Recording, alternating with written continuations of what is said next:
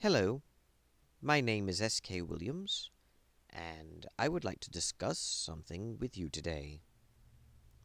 This type of video is irregular for this channel, or rather, it would be if my channel was set up the way I wanted it to be. This channel is new, so I don't have that much content on it. I'm actually in the middle of post-production of my various series that I'm creating, and I am on schedule, on the long schedule. I'm hoping to put things up at the end of February, and then start putting up things regularly. But for now, I'm just going to do a few of this type of video in which I post things that aren't necessarily related to the various series that I'm creating. For those of you who don't know, I've created a college series in which I take my college coursework and make an animated stories out of them for educational purposes. And this is not part of that, since it has nothing to do with what I'm studying in university. I also have a Bible program that I'm developing in which I use text-to-speech programs to read public domain Bibles and set them to video, and this is not part of the Bible, so it's not really part of that either. It is a commentary, though, and I have a commentary series, and this is a commentary, but I'm not really including this in the commentary series because this isn't a scripted or well-thought-out video, it's just me giving some thoughts. Although it isn't like what I had originally planned and just turn on the mic and talk, I did that, but I realized that I had so much of a topic to discuss that it would take too long or be too rambling, and I've decided to do 3 or 4 of these videos on this topic, with this being just a general overview. Still, I'm going to call these discussion videos, and I'm not going to make it a regular series. I'll do them every once in a while, but I'm not promising to upload them on a specific timetable, such as every Monday you get a new episode, or something along those lines. Rather, I'll just post something like this whenever I feel like it, and think it would be beneficial. With that said, the topic I wish to discuss is one that I'm rather late to the party on. But it's one that I think is still relevant today, and that is predictions for the Donald Trump presidency and how he will actually do as President of the United States. This was a topic that was very popular to discuss shortly after his election in using the Gregorian calendar for the duration of this video, considering I'm discussing outside events, November of 2016, and it remained a prominent topic for discussion right up until his inauguration on January 20th of 2017. But then it began petering out, although it was still a prominent topic for the first 2 or 3 weeks after his presidency. But now people are focused more on what he's actually doing, rather than focusing on what he might do in the long run, which is understandable. He has done some things already. But I still think that his presidency is young enough that putting out a video predicting what might happen under President Trump is still relevant, while at the same time I have an advantage in that I've seen how he intends to govern, because he's done certain things and it gives me a sample. So I'm putting out this video and a couple of others in the same vein in order to discuss my thoughts about President Trump and what I think the next 4 years will be like. I'm saying 4 years because I don't really know if he'll get a second term. I'm not confident enough in what facts that I have to make a prediction either way. I'm not going to say that he definitely will get a second term, but I'm also not going to say he definitely won't. Truth be told, I can't even guarantee that he'll finish this term. I don't mean to sound threatening or anything, but plenty of things can happen. For instance, he could be impeached due to criminal activity. He could resign for whatever personal or health reasons. He could even, unfortunately, die, and it doesn't even have to be through assassination. He may have a heart attack. I mean, I'm not hoping that happens. I don't want bad things to happen to anyone, but just as a point of fact. The truth is, I can't guarantee that we'll be here next year. Perhaps an asteroid will hit us and all of humanity will go extinct. But I can't deal with that. Rather, I'm going to deal with what is likely to happen based upon a consideration that things will go as expected. Donald Trump, therefore, is going to be assumed to fulfill his first 4 years of office, with no prediction of whether or not he will win the next election. So I'm just really going to focus on the next 4 years and his first term, which may or may not be his only term, doesn't really matter.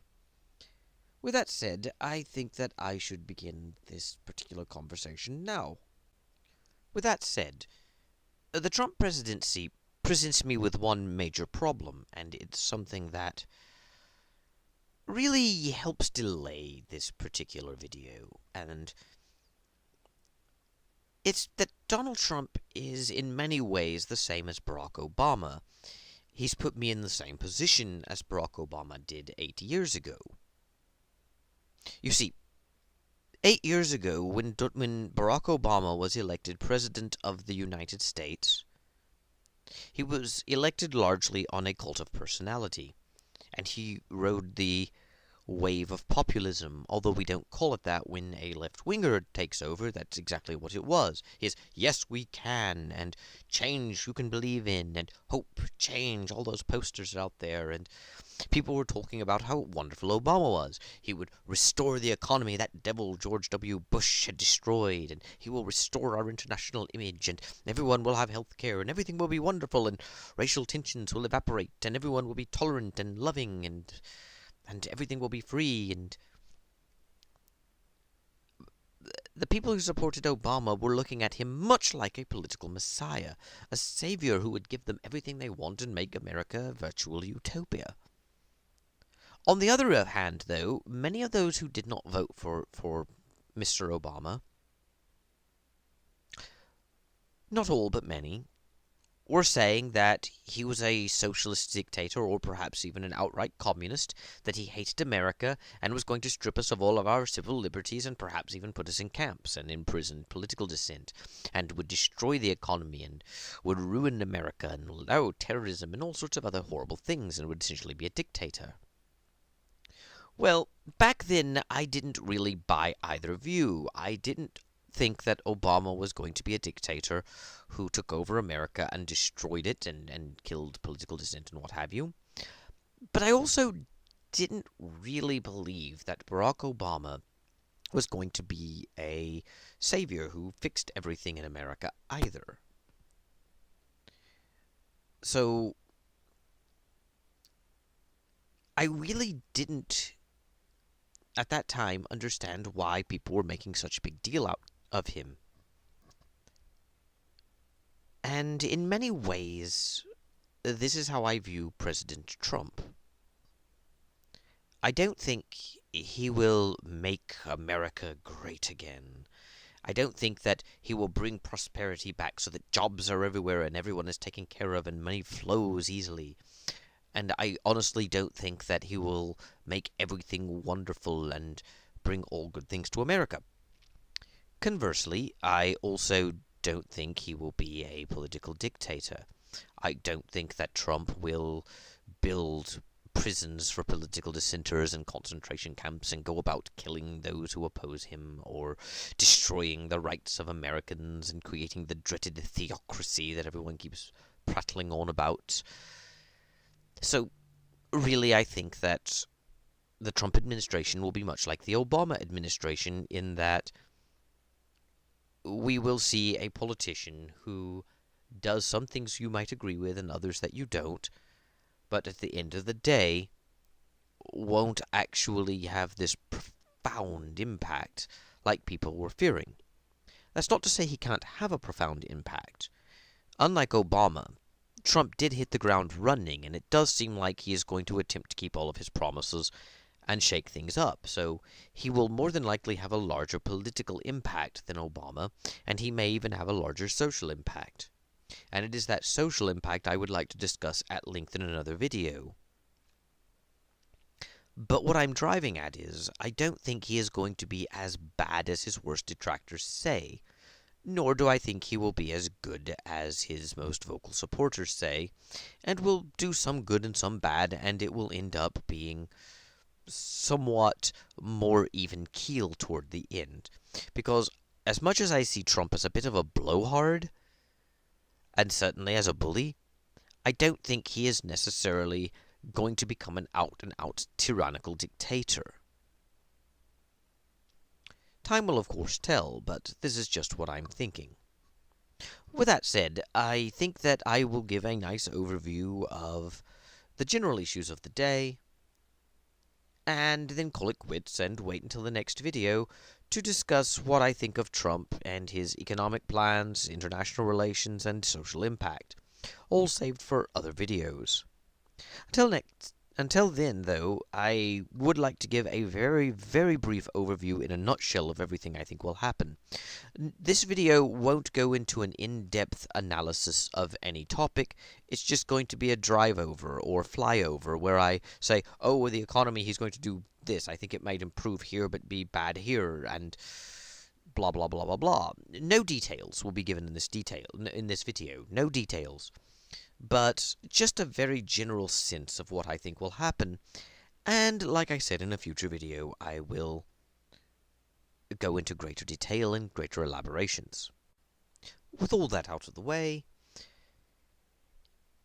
as regarding the Trump administration, what I think will happen, given that we've already seen how he responds to certain things and what he will do, I do think he will attempt to keep a lot of his promises. Whether or not he's capable is another matter, because even with a Republican-controlled Congress, despite a lot of left-wing sites fearing this, it does look like many Republicans are actually opposed to some of the things Trump did. For example, with his recent attempt at barring Islamic immigration by shutting down immigration from 7 Muslim-majority nations. It was John McCain, a fellow Republican, who led the charge in opposition to this. So, a Republican Congress does not guarantee that Trump will get everything he wants, or even necessarily the majority of the things he wants that are controversial. With that said, though, it does seem that Trump will have an easier time on getting certain things done that are popular with the Republican Party base. I don't know if he will actually get funding for the Trump wall, the border wall between the United States and Mexico. But one thing I do think is that he will try. I'm rather hoping he doesn't. There would be major problems if he attempted to do so. But those problems would range from environmental to economic to cultural, but I don't really think he'll be able to build the wall. Even if he starts it, he will probably have to abandon it, and construction of the wall would more than likely take longer than 4 to 8 years. So, wherever next administration comes in might abandon it. It really looks like the wall will be dead in the water. However, when it comes to international finance, Donald Trump is a businessman. He is not as wildly successful as some people would say, but he is also not stupid in this regard. And it looks like his hardball tactics are in fact working in Asia. He may be able to negotiate a very good trade deal that better favors American goods. However, this could easily backfire, and if it ends up that we have a trade war with China, what we will end up with is the cost of goods going up, as well as a possible deficit in what is sent, as China may respond by refusing to send certain goods over, or sending fewer of them.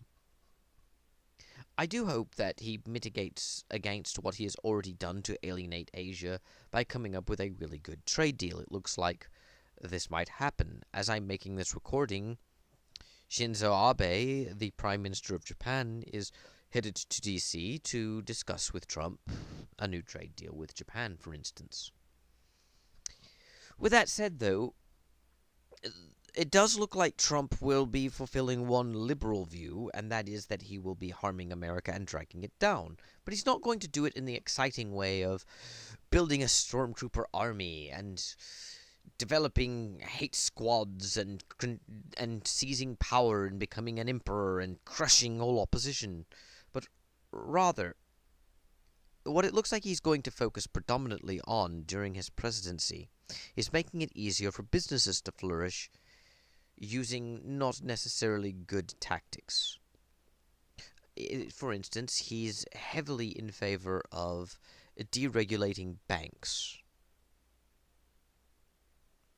He's also in favor of abolishing regulations that hinder the exploitation of natural resources. A lot of blue-collar average Americans are very much supportive of him in this regard. And they are supportive of him because they think it will create jobs and it will help them. And they may well be right. Although I don't think it will generate as many jobs as they would want.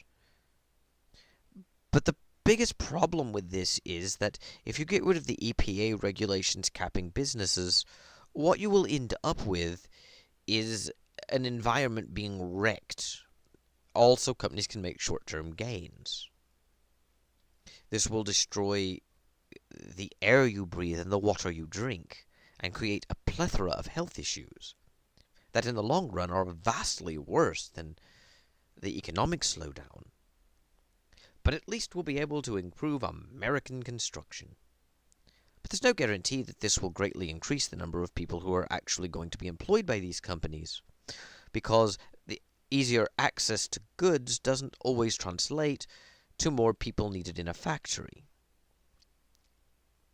And even if it does, it wouldn't necessarily be a vast swath, but perhaps only as much as a 5 to 10% increase, which is still substantial, but not as good as some people are imagining.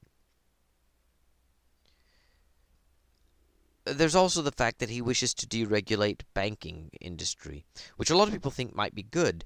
It might, for instance, increase the interest rates, which means the money that you put in the bank will grow faster and easier.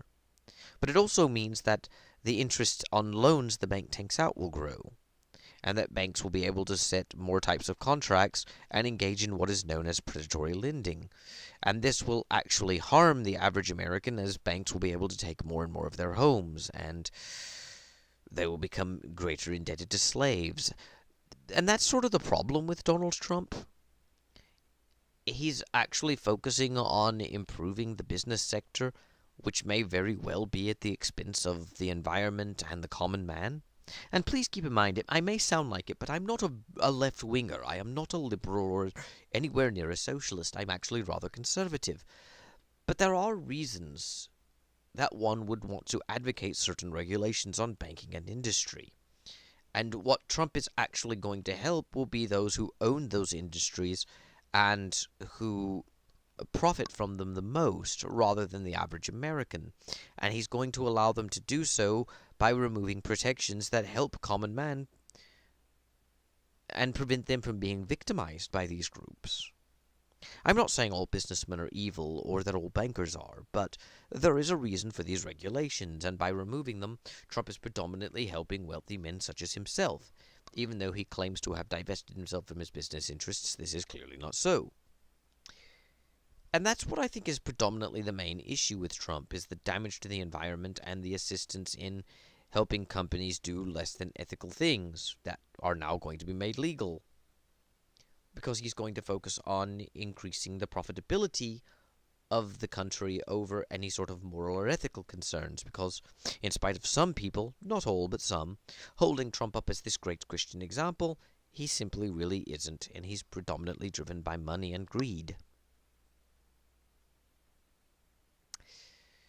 Internationally will also be interesting, because Trump has a way of alienating people, and he's greatly offended the Europeans, who also don't like him from an ideological standpoint.